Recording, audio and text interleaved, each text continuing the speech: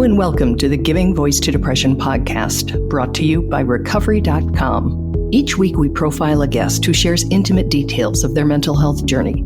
They share because they understand that when people don't talk about their depression or other mental health conditions, those of us who struggle with them can feel like we're the only ones, that there's something wrong with us, instead of understanding that we have a common and treatable illness. I'm Terry, the creator and co-host of this podcast. And I'm Dr. Anita Sanz, a licensed clinical psychologist with more than 25 years in clinical practice. I know from both personal and professional experience how significantly mental health and other disorders can impact not just our lives, but those around us as well. By speaking openly and with the wisdom of lived experience, we help normalize conversations that are often avoided due to shame or stigma. Our episodes are honest and real, and we keep them hopeful because there truly is hope, despite what depression tells you.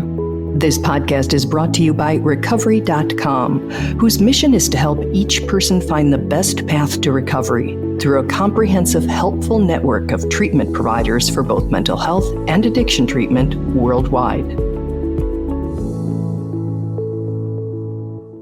Hi, Terry. Hello, Anita. So this is a question more for our listeners than for you. Have you ever had a really good therapist, someone who taught you or helped you realize life hacks that help in your daily life with or without depression? We would bet an unfortunate number of you said no. But that's changing, at least for this episode. Anita, who's been working with clients for over 2 decades, has pulled together 3 questions that she says help her and her clients to find direction and protect their mental health. And, Terry, there are so many versions of these kinds of life-focused questions that therapists will use. But over the years of using lots of them, I found that these 3 questions consistently seem to help the most if you're struggling with a really, really challenging situation. And I've even modified them today just slightly to hopefully make them even more effective if the issue or the challenging situation that you're struggling with is depression. And I've asked myself these questions so many times throughout the years. I've used them with really great results for myself, as well as with my clients and friends and family members. And I just really wanted to share them here. And anybody who has listened to us more than this episode knows that we don't oversimplify or polish things. So if you say these are helpful, they really are. This isn't 3 easy ways. This is something that a really caring and dedicated therapist has honed and is offering as a gift to us today. It's sort of a farewell gift. This is a bittersweet episode. This is going to be Anita's last as co-host. I can hardly say that, Anita. Oh. After 3 years of recording weekly episodes and also helping with our daily social media messaging, she's leaving to pursue new challenges and life goals. And we will miss her contributions and insights to this podcast. But she's also leaving with a strong message of hope, which is her trademark, and these questions that I believe will help us get through difficult times. And Terry, it is really, really bittersweet for me because, I have loved being a part of this podcast so much. And it is really hard to believe that it's been 3 years because I feel like the time has just flown by. And, change and transitions are really hard because it does mean that something has to end. But, I always say that when something ends, something new begins. We all know that. And I'm not sure yet what form my new beginning is going to take. But as you said, my passion is about hope whispering. And so I do think that probably whatever my next endeavor is going to be, it'll be about building hope in some way. I kind of feel like that's something that we're all going to need. Absolutely. I think a lot of us, if not all of us, can use some clear, doable, real world tested life tips right now. So if you're ready, I'm ready. I'm ready. Let's jump in. Here again is Dr. Anita Sanz giving her voice to depression.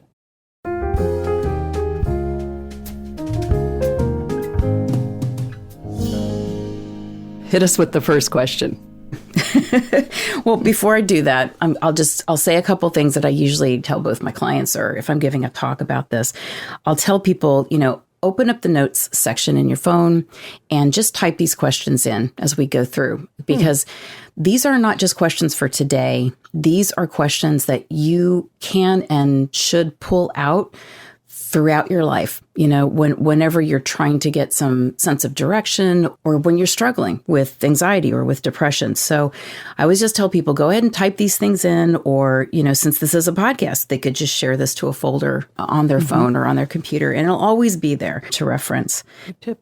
And then the other thing as we go through these questions that I want to say is that you don't have to have the answers right now to any of these questions. We are all works in progress, and we each will kind of grow into the answers if we give them time, and if we just sit and listen and just let the answers kind of come to us. You'll eventually get the answers that are right for you. Let's jump into the first question. I'm curious. All of these questions are very, very deeply rooted in the science of how our minds work and what will unshake us out of a groove or a rut that we don't want to be in. Okay. So magic question number 1 is, what dream would you explore if you felt fully supported? So what dream would I explore if I felt fully supported? And I love this question so much because when we're depressed, when we are stuck, and it could be about anything, we often don't really feel like we have support. We don't feel safe. Depression starts telling us all of those lies that failure is pretty much the only possible outcome of anything. So why even try? Why even bother? And what this question does is sort of break your mind out of that prison, because it's asking in a really positive way, what if it is safe to dream and to explore? And it starts to open up the space for some possibilities. And then here's kind of the science part of why this works is we know that with depression, our neurons get very lazy. They stop communicating with other neurons and just get into that groove of it's bad, it's always been bad, it's always going to be bad. And there's the rut. A question like this, like, what dream would I explore if I felt fully supported, is sort of like making some neurons start to communicate with other neurons that they've been kind of distant neighbors with for a while. And that breaks open the possibility of your brain to start working in a different way than depression will kind of make it work, or not work, I guess is the better way to say it. Mm-hmm. Do you have an example of a time that asking that question and coming up with an answer, or even contemplating the answer, helped you or somebody in your life?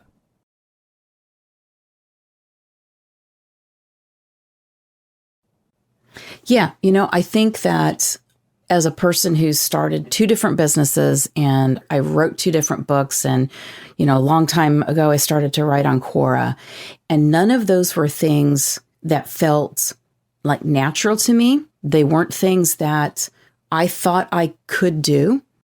So the not knowing how to do things, or not knowing how I was going to get from here to there, would have shut down that process. But by saying, well, what would I explore if I felt fully supported?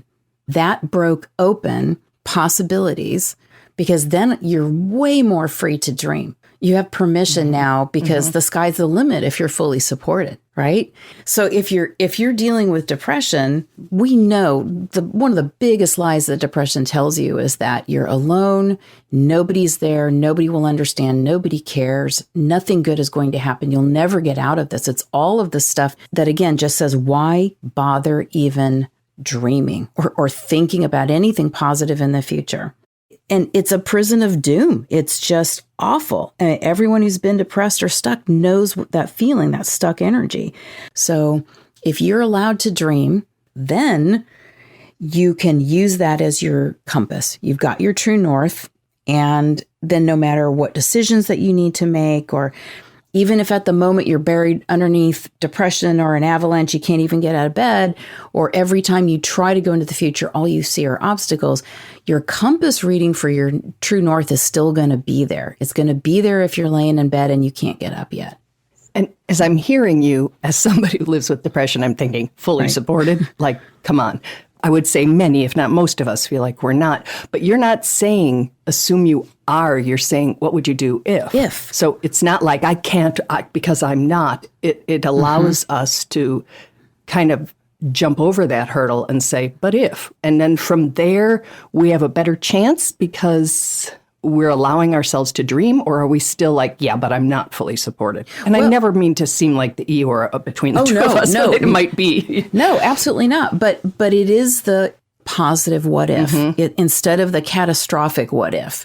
Again, we're free to dream if we could be fully supported. Not that we are. Right. And again, this is, you might not have anything with you, within you, around you at the moment that you're asking that question that would make you feel like I should even be allowed to dream. It could just feel like, nope, it's all hopeless and that's all I'm feeling and that's all I'm seeing. But this question forces your brain out of that place just for a moment by saying, what if? The most important thing is just to shake the system up. It's to do something different. Any small, the tiniest step, the tiniest change can begin a process of more and more and more. It begins an upward spiral instead of the downward, just falling apart kind of thing. So that's what we want our brains to do when we're depressed, is go, whoa, that's different. I don't usually think like this. I don't usually give myself any option of dreaming or thinking about what I really, really want. It's the other direction. So this is one of the reasons this is such a powerful question. Being able to even conceive of possibilities when you're feeling like there are none. I understand how that could be really helpful and point you in a direction. So Cool. Okay, so magic question number two. Number two. I love all of these so much, but this is probably one of my favorites. And the question is, what if life is an adventure and not a mission? What if it's an adventure and not a mission? So what in your mind, Terry, is how do you determine the difference between an adventure and a mission? A mission is a lot of work and it's very goal oriented, sort of pointing in one direction. And an adventure, there's a little allowing, there's a little taking your hands off the steering wheel and being carried a bit. Is that's what came into my mind right away. I love that energy. That's exactly right. So the way I think about the difference between missions and adventures is, do you remember those really awful story problems we used to have in math class? If a train going this many miles. Yeah. All right. Yes. So I've given people a trigger warning who have math anxiety I do. That's me. I'll be tuning out. Okay. All right. So it sounds a little bit like that, but I promise it'll make sense at the end. So, okay. So if you have to get from point A, which we know, say we're starting right here, point A, and we got to get to point B, which we also know, and we have a certain amount of time. We have a certain amount of resources to start with, and you've got to get to point B. Otherwise, you lose, you fail. That's a mission. That's like, think about all Mission Impossible. Dun, dun, dun, dun, dun. So, you have to be successful in this way, in this amount of time, reaching this place. Otherwise, bad things are going to happen. Right, so lots of stress. Like you said, a lot of work, a lot of stress. That's exactly right. Yep, so high stakes. A lot is on the line. So if, however, we're going to start from point A, which we know, and we're going to go to point B, but that point is unknown. We don't know where point B is going to be. And we're going to do it in a completely uncertain amount of time. We have no idea how long it's going to take. We're going to have a certain amount of resources to start with, but there's an unknown amount of resources that we may discover along the way. And when we get to point B, to the outcome, it's not going to be measured by any of those usual quantifiable measures of success or failure. Instead, with this thing, we're going to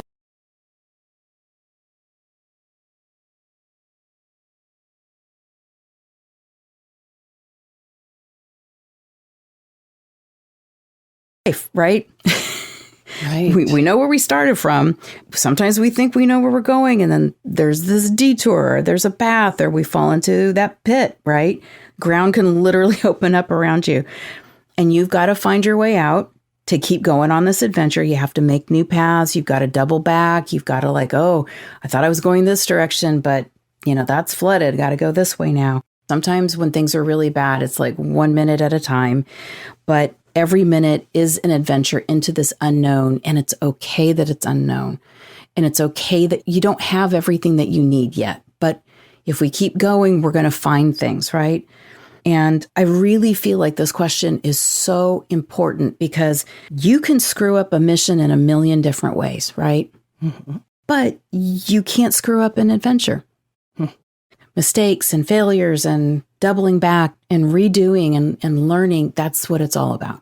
And this will break you out of a stuck place if you can remind yourself, what if life is an adventure and not a mission?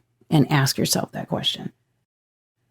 I hadn't heard any of these questions before we started recording, so I'm reacting in real time here. But the thought of considering going through the good and all the bad as courageous, as opposed to, because I'm having bad things happen in my life, I'm somehow failing because other people, all seem to be, because we're seeing, a very curated version of their lives.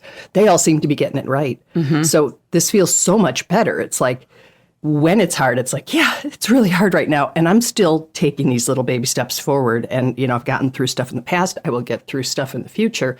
And in between, hopefully, have some of the fun part of the adventure. Mm-hmm.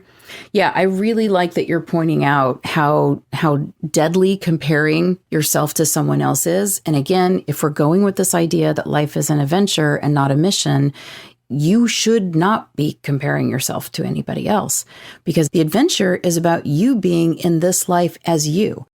I'm inspired to try it because the last time I probably used the word, I used it with my children who are now adults. And I would look at them both and just say like, hey, who wants to go on an adventure? Right. Well, who's going to say no to that? And we may have been going to the laundromat or the grocery store, whatever it was, but we made it more fun because we had labeled it an adventure as opposed to we've got some chores to do, get in the car. So as it sits with me, I'm being more receptive to it. And I have such a resistance to fun because who has that when they have depression? I like it. I like it. Okay, I had to sit with it for a minute, though. Okay. Number 3, drum roll, please. What if I am stronger than I think I am? Yeah. So what if you are stronger than you think you are? Yep. We've had some life experience, Terry. and even if you don't have a lot, you already know that there are going to be thousands of times in your life that you're not going to feel strong, maybe hundreds of thousands of times. And for some people, and at some times in our lives, it's a daily experience. We do not feel strong at all. And in those times, we start that whole process of doubting ourselves and doubting our ability even to engage successfully in life. And all of those things that we end up trying to deal with in the mental health realm, like stress and depression and anxiety and fear, all create that kind of doubt and that feeling of feeling more weak instead of strong. And so in your darkest time, the most important question that you can ask is, what if I am stronger than I think I am? Oh, shoot. Do you know what that sound is, Terry? That's the beginning of an adventure. I love it. It's like, let's go. Okay, I love it. Okay, carry on. Yeah, okay, so I think we were saying, okay, so if I am stronger than I think or feel that I am right now, like what would be possible? What would I do differently? And what would be okay for me to do next if I actually am stronger than I think I am? That's another one of these, let's break the mold. Let's get you out of the pit. Let's get your mind working in a completely different direction. It's the most non-dead end question that you could ask when you're feeling like you're at a dead end. It just says, you know what? What if you turned around and you weren't facing a wall anymore? What if you are stronger than you think? And you're like, what?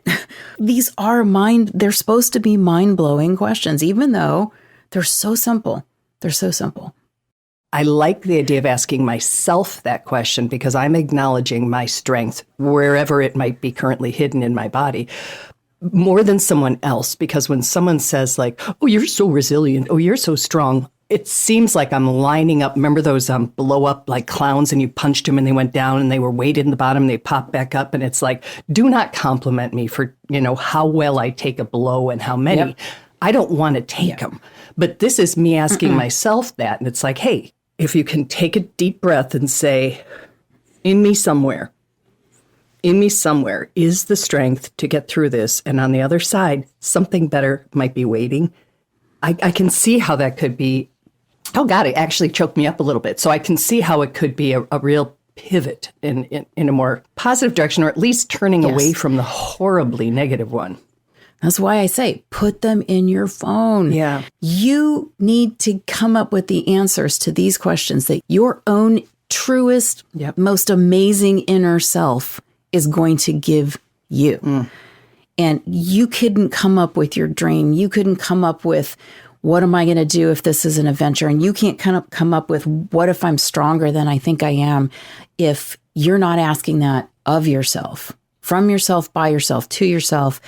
Yeah, you're right. It could feel so pep talky, and like we were saying in the beginning, here's our 3 questions that no, it's not. This is so the opposite of superficial. Yes.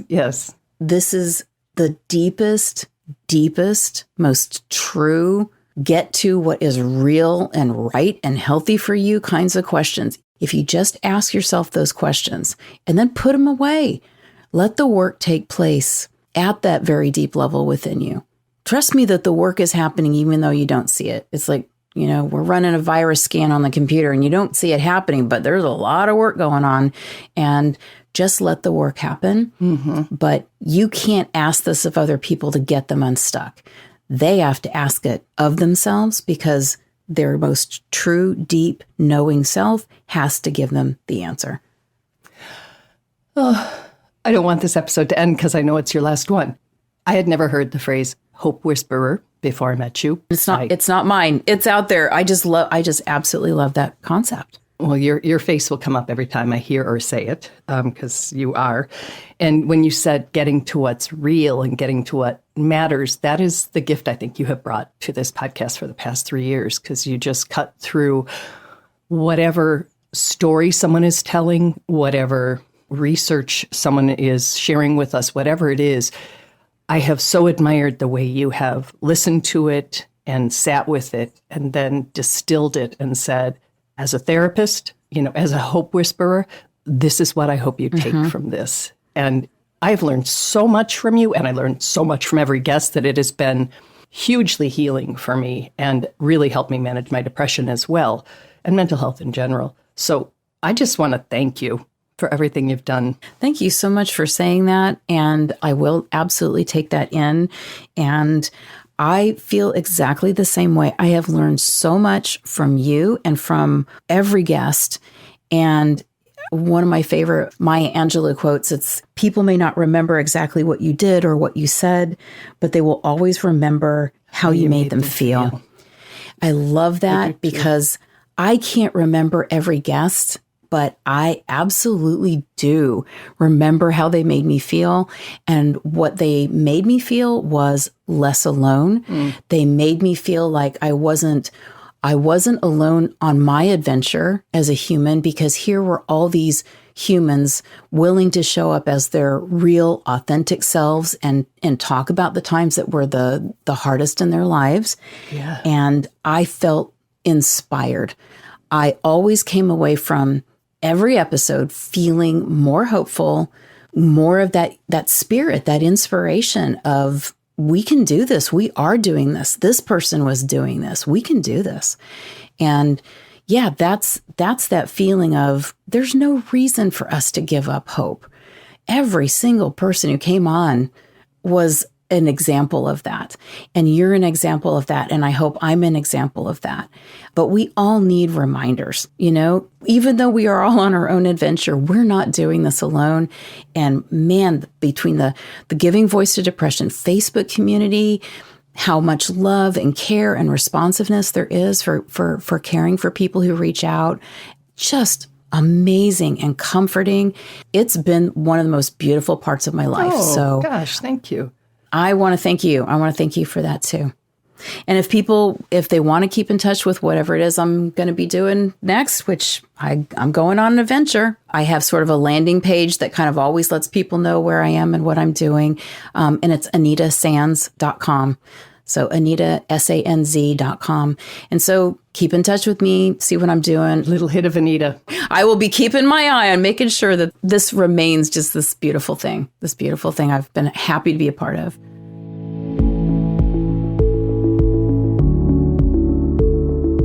We truly hope that our podcast brings a little more understanding, helps you better articulate and reflect on your own experience with depression, or better understand how to support someone else who is struggling. If this episode has been of comfort or value to you, know that there are hundreds of others like it in our archive, which you can easily find at our website, givingvoicetodepression.com. And remember, if you're struggling, speak up, even if it's hard. If someone else is struggling, take the time to listen.